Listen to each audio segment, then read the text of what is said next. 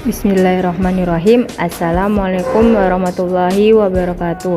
Perkenalkan, nama saya Andi Firza Jenny Atika dengan NIM P003410210054, kelas 2B, jurusan Teknologi Laboratorium Medis Poltekkes Kemenkes Kendari. Dalam video kali ini saya akan menjelaskan sedikit tentang langkah-langkah isolasi DNA pada bakteri. Baik, sebelum itu saya akan menjelaskan sedikit pengertian isolasi DNA. Pada dasarnya, isolasi DNA baik pada bakteri, darah maupun jaringan lain mempunyai prinsip kerja yang sama.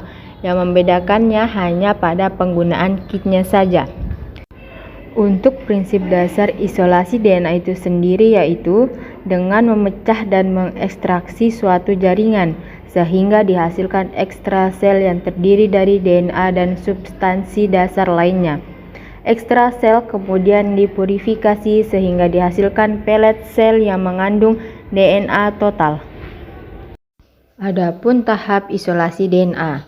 Yang pertama isolasi DNA, kedua lisis membran sel, ketiga ekstraksi DNA, keempat purifikasi, dan yang terakhir presipitasi.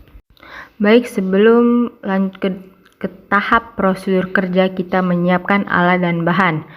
Yang pertama alatnya tabung Eppendorf, kedua kulkas, rak tabung, mikrosentrifus, mikropipet dan tip, beker gelas dan hot plate, terakhir vortex. Sedangkan untuk bahan ada sampel, larutan lisis SDS, fenol sebagai purifikasi, isopropanol sebagai presipitasi, etanol sebagai washing, lisis buffer sebagai TE buffer. Baik, selanjutnya kita masuk ke dalam tahap prosedur kerja. Yang pertama, kita memipet kultur bakteri pada medium agar sebanyak 5 ml ke dalam tabung Eppendorf dan disentrifus dengan kecepatan 12.000 rpm selama 5 menit. Kedua, setelah disentrifus, buang supernatan dengan hati-hati dan sisahkan pelet sel bakteri. Jangan sampai sel bakteri tersebut ikut terbuang. Ketiga, tambahkan buffer lisis dengan menggunakan mikropipet. Untuk prosedur kerja keempat, suspensi ditambahkan proteinase K untuk mendehidrasi sel sendiri dengan di vortex dan diinkubasi dengan suhu 55 derajat Celcius selama 30 menit. Untuk kecepatannya 12.000 rpm selama 10 menit. Yang kelima, tambahkan reagen fenol untuk memisahkan degradasi sel lainnya pada DNA. Untuk suspensi yang mengandung DNA akan naik ke atas sehingga diambil supernatannya. Yang keenam, supernatan tersebut dipindahkan ke tabung Eppendorf.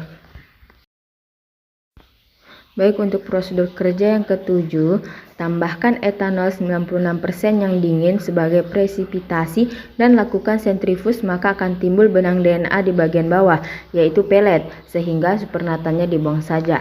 Yang terakhir atau kedelapan, kemudian peletnya dicuci menggunakan etanol dan terakhir dilarutkan dengan TE atau buffer lisis untuk lebih awet dan masukkan ke dalam kulkas.